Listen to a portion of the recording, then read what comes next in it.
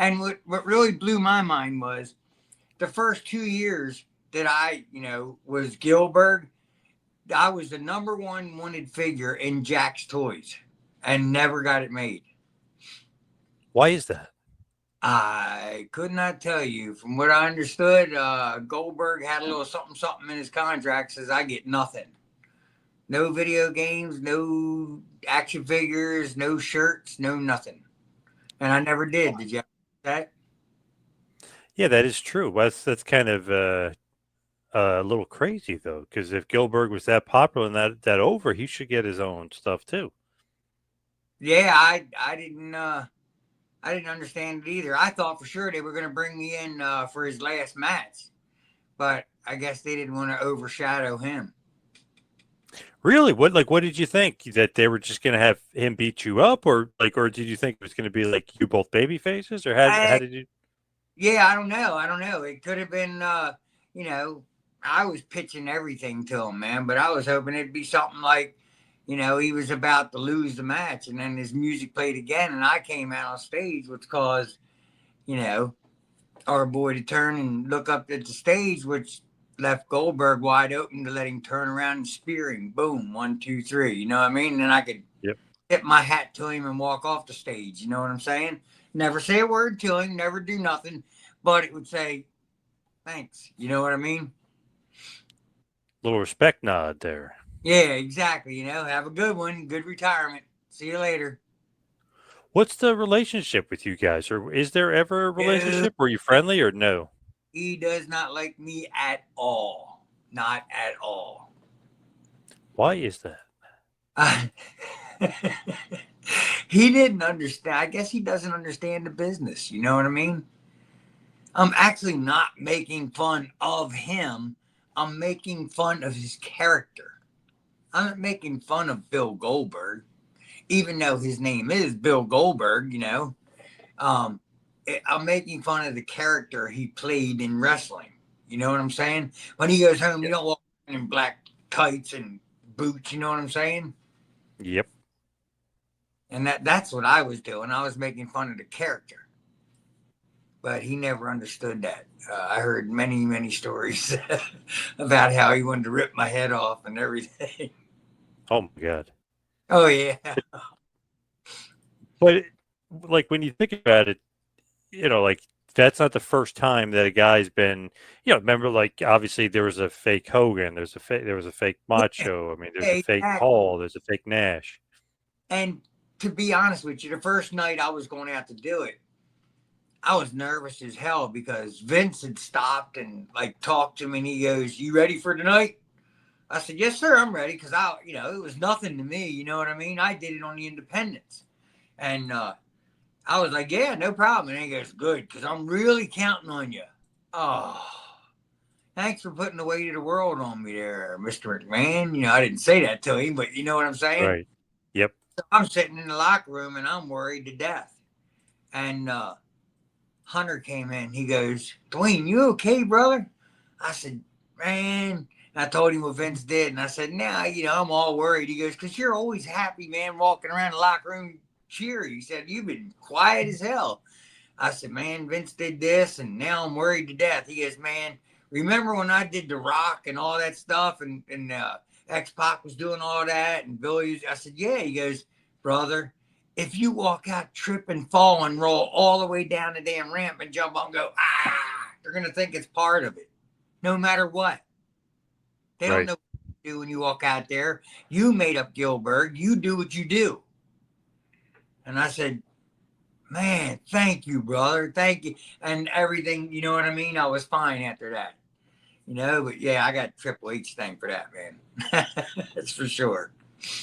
When you look at it, though, you're not necessarily inventing the Gillberg character, are you? At WWE, or did you kind of invent the Gillberg character itself? Who's the genesis? I was making fun of all the boys on the independents, and how Gillberg came about was I had got the contract and I won the title as Duane Gill, if you remember, and I was part of the job squad. Yes. Gill is the longest reigning light heavyweight champion, not Gillberg. You know what I'm saying? I won the title and everything, and I was doing it, and we were on the road, and I was talking to Paul Bear and Kane backstage, and I was telling them, yeah, man, on the road, you know, back home, I was making fun of all the boys, and they're like, really? I said, yeah, man. I said, I did Stone Old. I said, I came out because I looked just like Stone Cold. I said, I was in the walker and everything. I took pool swimmies and made big braces on my legs and everything. Act like I couldn't do, you know, he gives the finger. I'm going like I didn't, you know what I mean? Yeah. And Yep. it was funny as hell. And then I told him, I said, I did the Underfaker. I wore a long wig and everything, you know. Made Yep. funny. And then I did Gillberg. And Paul Bear, I still remember Percy looking at me and going, oh, Duane Gill, you may have something there, boy. And I was like, yeah, right. You know, I was telling him about it, and we laughed. And then the rest of the night, every time I walked by him, both of them would go, Gillberg, Gillberg. And I was like, yeah, right, man, stop it. So the next day in catering, everybody started going Gillberg. So I went, you know, made fun of it. And I thought that was the end of it, you know. And Yep. then I called home and they said, hey, we want you to do the Gillberg character. And I said, oh, I don't want to do it. And they said, why not? And I said, because I just won my title. I don't want to lose it. And they're like, call you right back. And they called me back and they said, well, we came up with an idea. How about you wrestle heavyweights? You'll never lose your title. You're a light heavyweight. I said, sounds good to me. Gillberg will be there. And they said, bring your stuff. And they had no clue what I was going to do. The first time they wanted me to wrestle Edge. And I said, you want to make fun of the guy? Give me Luna. And Luna was actually going, no, Duane, no, this is Raw, bud. No. I said, Luna, let's be for real. You could probably kick my ass in real life. You know what I mean? Yep. Yeah. Joke, man. That's not a joke. That was a tough woman that was the kindest, nicest person you've ever met. If you understand what I'm saying. Yes, absolutely. She was a sweetheart. I don't know if you've ever met her.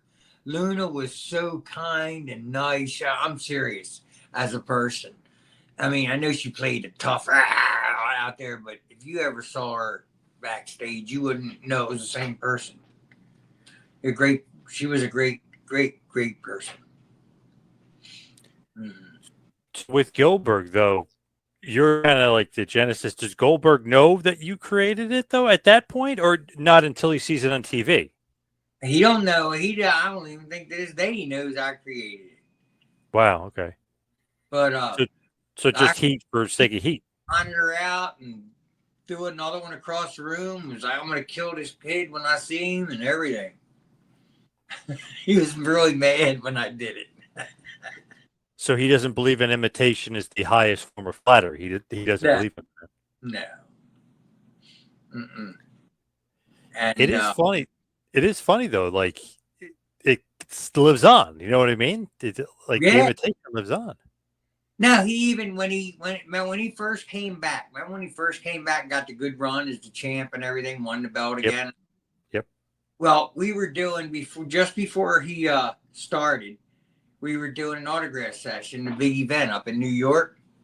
And I said, man, I want to go down and talk to the guy, man. I said, you got him in a private room and everything. Let me go talk to him.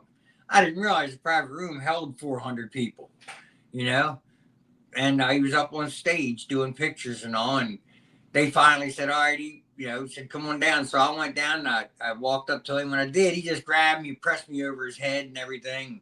You know, we did the pictures and all. And he sat me down and I shook his hand and everything. I said, glad to meet you and everything. And I told him, he's like, all right. He said, oh, by the way, he did go, hey, by the way, thank you, man. I said, for what? He said, if you wouldn't have been doing your thing, they might have forgot about me, brother. I do believe it's because of you always being out there that they're calling me back.